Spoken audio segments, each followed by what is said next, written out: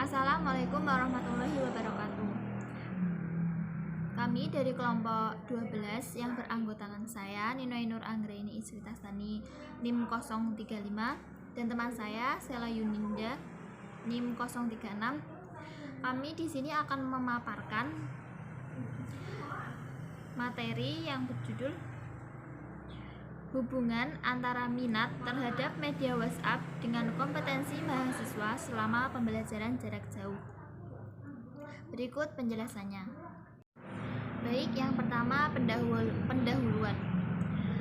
Pandemi virus corona atau bisa kita sebut COVID-19 di Indonesia memaksa aktivitas belajar mengajar tatap muka di sekolah dihentikan. Pemerintah melalui Kementerian Pendidikan dan Kebudayaan memutuskan untuk memindahkan ruang belajar ke dunia maya, yaitu pembelajaran jarak jauh. Dengan melakukan pembelajaran jarak jauh tersebut, mahasiswa pasti membutuhkan media pembelajaran yang dapat mewakili pertemuan di kelas. Salah satu media pembelajaran jarak jauh yang paling diminati mahasiswa IAIN Salatiga yaitu WhatsApp. Penggunaan media WhatsApp di lingkungan IAIN Salatiga sangat tinggi. Begitu pula minat mahasiswa yang tinggi dalam menggunakan WhatsApp sebagai media pembelajaran. Hampir semua dosen menggunakan WhatsApp sebagai media dalam pembelajaran jarak jauh ini. Penggunaan WhatsApp grup ini dilakukan oleh pihak kampus sebagai media komunikasi untuk mahasiswa dan dosen, agar perkuliahan tetap efektif walaupun tidak tatap muka. Dari latar belakang di atas, rumusan masalah penelitian ini yaitu bagaimana hubungan antara minat terhadap media WhatsApp dengan kompetensi mahasiswa selama pembelajaran jarak jauh. Penggunaan media WhatsApp dalam pembelajaran jarak jauh memang menarik untuk dikaji. Tujuan dari penelitian ini adalah untuk mengetahui hubungan antara minat terhadap media WhatsApp dengan kompetensi mahasiswa selama pembelajaran jarak jauh. Selanjutnya, metode penelitian. Penelitian ini menggunakan jenis pendekatan kuantitatif. Sedangkan jenis penelitian yang digunakan adalah penelitian kuantitatif korelasional, yaitu suatu alat statistika yang dapat digunakan untuk menghubungkan hal pengukuran dua variabel yang berbeda, agar dapat menentukan tingkat hubungan antara dua variabel tersebut. Kami melakukan penelitian pada mahasiswa IAIN Salatiga. Populasi penelitian adalah mahasiswa IAIN Salatiga dan sampel dipilih secara acak sebanyak 50 mahasiswa. Teknik pengumpulan data pada penelitian ini adalah kuesioner dengan instrumen penelitian adalah angket tertutup yang diisi oleh mahasiswa melalui Google Form. Angket yang digunakan untuk mengetahui pendapat mahasiswa mengenai hubungan antara minat terhadap media WhatsApp dengan kompetensi mahasiswa selama pembelajaran jarak jauh. Selanjutnya, hasil dan pembahasan. Dari hasil kuesioner yang diberikan kepada 50 responden dengan 20 pertanyaan yang sesuai dengan penelitian, diperoleh hasil sebagai berikut. Bisa dilihat sendiri, di sini ada 10 pertanyaan minat. Nomor 1, WhatsApp adalah media yang paling Anda minati selama pembelajaran jarak jauh. 2, Anda menyukai pembelajaran melalui WhatsApp karena memudahkan komunikasi. 3, Anda lebih menyukai pembelajaran melalui WhatsApp daripada media yang lainnya. Dan terakhir, langsung nomor 10, yaitu WhatsApp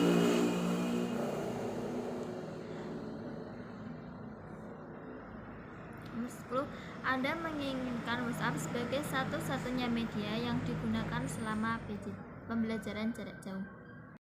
Selanjutnya, pertanyaan kompetensi. Nomor 1, Pembelajaran melalui media WhatsApp membuat Anda memahami materi dengan baik. Nomor 2, pembelajaran melalui media WhatsApp meningkatkan pengetahuan Anda mengenai materi perkuliahan. Nomor 3, Anda dapat menerima dengan mudah penjelasan yang disampaikan oleh dosen melalui media WhatsApp. Dan kita langsung ke nomor 9. Perolehan nilai IPK meningkat selama pembelajaran melalui media WhatsApp. Dan yang terakhir nomor 10, Anda telah mengaplikasikan ilmu yang Anda peroleh selama pembelajaran melalui media WhatsApp. Dan penjelasan selanjutnya akan disampaikan oleh teman saya, Sela Yulinda. Saya persilakan.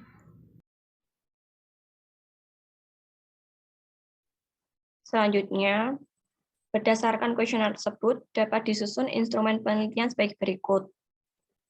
Untuk soal nomor 1, sebanyak 43 mahasiswa menjawab ya, 8 mahasiswa menjawab tidak. Soal nomor 2, sebanyak 46 mahasiswa menjawab ya, dan 5 mahasiswa menjawab tidak. Soal nomor 3, sebanyak 43 mahasiswa menjawab ya, dan 8 mahasiswa menjawab tidak. Dan seterusnya sampai soal nomor 20, sebanyak 36 mahasiswa menjawab ya, dan 15 mahasiswa menjawab tidak. Kemudian, untuk mengubah jawaban dari kuesioner tersebut menjadi sebuah data, kami mengkonversi data kuesioner dari Google Form menjadi angka menggunakan aplikasi Microsoft Excel. Kami menskor jawaban ya dan jawaban tidak. Adapun pedoman penskoran dalam instrumen penelitian ini adalah sebagai berikut. Untuk jawaban ya kami beri skor 1, dan jawaban tidak kami beri skor 0.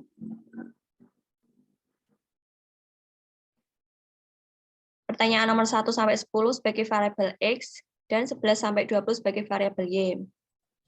Lalu selanjutnya kami menguji validitas dari setiap soal. Uji validitas digunakan untuk mengukur sah atau valid tidaknya suatu kuesioner.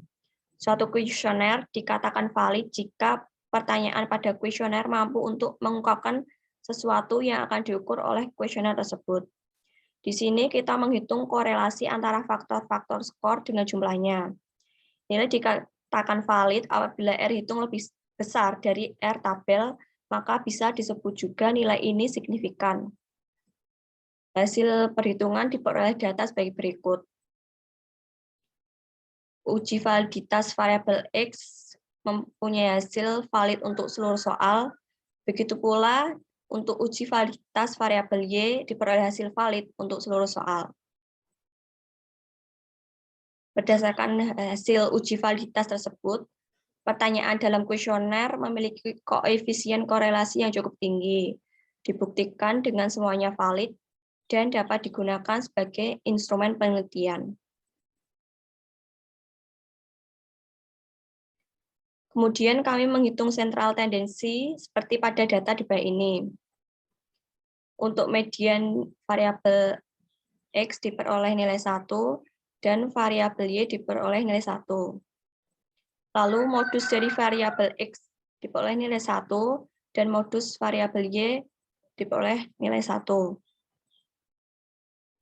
Untuk mean dari variabel X yaitu 0,83, dan mean untuk variabel Y 0,712. Lalu nilai maksimal dari variabel X1 dan nilai maksimal dari variabel Y1. Nilai minimal dari variabel X0 dan nilai minimal variabel Y0. Lalu standar deviasi variabel X 0,376 dan standar deviasi untuk variabel Y 0,453. Lalu varians untuk variabel X 0,141 dan varians untuk variabel Y 0,205.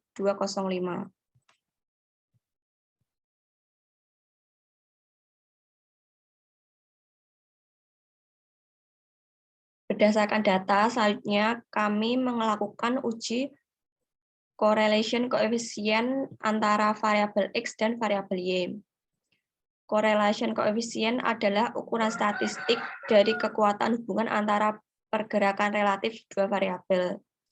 Uji tersebut menggunakan t-test, two sample assuming equal variance, yaitu t-test yang digunakan untuk menguji perbedaan rata-rata min dua variabel dari sampel yang berbeda dengan mengasumsikan kedua sampel tersebut memiliki varians yang sama. Berikut ini diperoleh hasil t-test two sample assuming equal variance. Kemudian adalah nilai rata-rata output variabel X sebesar 0,83 dan nilai rata-rata output variabel Y 0,712. Lalu varians adalah nilai variasi output variabel X yaitu 0,141 dan nilai output variabel Y yaitu 0,205. Selanjutnya, observation adalah jumlah pengamatan variabel X dan variabel Y yang masing-masing berjumlah 500 yang diperoleh dari jumlah responden sebanyak 50 dikali 10 pertanyaan. Lalu pooled variance adalah variasi gabungan variabel X dan Y yaitu 0,173. Lalu hypothesis mean difference adalah perbedaan rata-rata antara variabel X dan variabel Y. Tapi untuk contoh kasus ini kita asumsikan tidak ada perbedaan sehingga nilainya adalah 0. Lalu t-stat adalah nilai t hitung besar 4,480. Dan untuk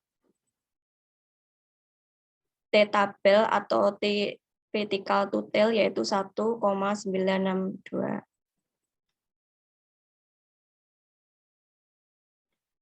Kesimpulan. Dari hasil analisis statistik uji hipotesis t-test di atas, kami dapat menyimpulkan sebagai berikut.